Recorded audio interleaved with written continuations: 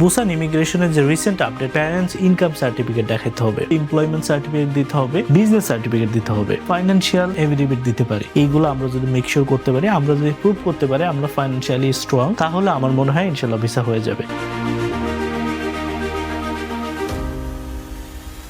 South কোরিয়াতে আপনারা যারা ই ভিসাতে অ্যাপ্লাই করছেন, এই ভিডিওটা আপনাদের জন্য। তো এই ভিডিওতে আমি এক্সপ্লেইন করব আপনার A to Z যত ডকুমেন্টেশন লাগে এবং রিসেন্ট যে আপডেটগুলো আসছে এই সম্পূর্ণ বিষয়ে আমি আলোচনা করব আপনাদের সাথে। আপনারা জানেন সাউথ কোরিয়াতে ই ভিসা পাওয়া খুবই ইজি ছিল লাস্ট সেমিস্টারে। এই সেমিস্টারে এখনো পর্যন্ত খুবই ভালো রেশিও আছে, ইনশাল্লাহ ভালো থাকবে। কিন্তু বুসান ইমিগ্রেশনের যে রিসেন্ট আপডেট আছে এই আপডেটটা নিয়ে ফার্স্টে কথা বলবো, অন্য ইমিগ্রেশনের আপডেট নিয়েও আমি কথা বলবো। বুসান ইমিগ্রেশনে আপনারা জানেন যে ফার্স্টে আপডেট আসছিল 6 মাসের ব্যাংক স্টেটমেন্ট, যেটা ম্যান্ডেটরি ছিল না লাস্ট সেমিস্টারে, এই সেমিস্টারে ম্যান্ডেটরি করছে। এছাড়াও নতুন করে আবার রিসেন্ট আপডেট আসছে যে আপনার প্যারেন্টস ইনকাম সার্টিফিকেট দেখাতে হবে। তো অনেক স্টুডেন্ট অনেক প্যানিক খাইতেছে, ইউনিভার্সিটি গুলো প্যানিক খাইতেছে, ডকুমেন্টেশন নতুন যেহেতু অ্যাড করতে হবে। আগে কিন্তু আমরা যতই ট্রেড, টিন, ট্যাক্স জমা দিয়ে থাকি না কেন বুসান ইমিগ্রেশনে, আমরা কিন্তু ইমিগ্রেশন অ্যাপ্লাইয়ের টাইমে কিন্তু এটা ইউজ করতাম না। ইউনিভার্সিটি পোর্টালে, ইমিগ্রেশনের পোর্টালে কিন্তু এই অপশনটা ছিল না টিন, ট্রেড, ট্যাক্স এইগুলো আপলোড করা। এই সেমিস্টার থেকে নতুন করে অ্যাড করা হয়েছে।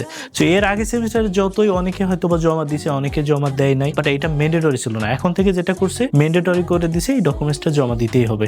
আচ্ছা, অনেকে কনফিউশনে আছে যে আমি প্যারেন্টস ইনকাম সার্টিফিকেট বলতে কোনগুলা দিব। যদি জব করে থাকে অবশ্যই এমপ্লয়মেন্ট সার্টিফিকেট দিতে হবে, যদি বিজনেস করে থাকে তাহলে বিজনেস সার্টিফিকেট দিতে হবে, যেটা ট্রেড লাইসেন্স বলি আমরা। এছাড়াও কারোর যদি অ্যাসেট থাকে, সম্পত্তি থাকে, আমরা অ্যাসেট অ্যাভুলেশন দিতে পারি, ফাইন্যান্সিয়াল এফিডেভিট দিতে পারি। এই ক্ষেত্রে ইমিগ্রেশন যেহেতু সকল ডকুমেন্ট চাইছে ফাইন্যান্সিয়াল রিলেটেড, আমরা যতদূর সম্ভব আমরা জমা দিতে পারি, ট্যাক্স সার্টিফিকেট দিতে পারি।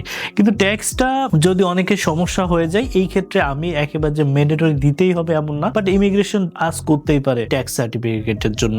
তো এই জন্য বলবো জমা আমরা দিতে পারি, বাট কেউ যদি একেবারে না পারে তাদের জন্য এটা একেবারে ম্যান্ডেটরি ডকুমেন্টস এমন না। ট্রেড লাইসেন্সটা খুবই ইম্পর্টেন্ট, এমপ্লয়মেন্ট সার্টিফিকেটটা খুবই ইম্পর্টেন্ট। এটার সাথে সাথে আমরা কিন্তু ফাইন্যান্সিয়াল ডকুমেন্টস, অ্যাসেট অ্যাভুলেশন অথবা ফাইন্যান্সিয়াল এফিডেভিট এটা আমরা দিতে পারি। অন্যান্য ইমিগ্রেশনের ক্ষেত্রে কিন্তু এরকম বাধ্যবাধকতা অথবা একদম স্ট্রিক্ট কোন রুলস এখন পর্যন্ত আসে নাই। সো তাদের জন্য আমি বলবো আপনারা যতদূর সম্ভব ডকুমেন্টস যেহেতু আপনাদের লাগতেছে, বাট তারপরেও যদি প্রিপেয়ার করে রাখতে পারেন আপনাদের জন্য ভালো। যদিও চাই নাই, বাট যদি জমা দিই ইটস ওকে, বিকজ পরে তো চাইতেই পারে, কারণ যে কোনো ইমিগ্রেশন যে কোনো সময় রুলস দিতে পারে, যেমনটা বুসান ইমিগ্রেশন হুট করে সেমিস্টারের মাঝে দিছে।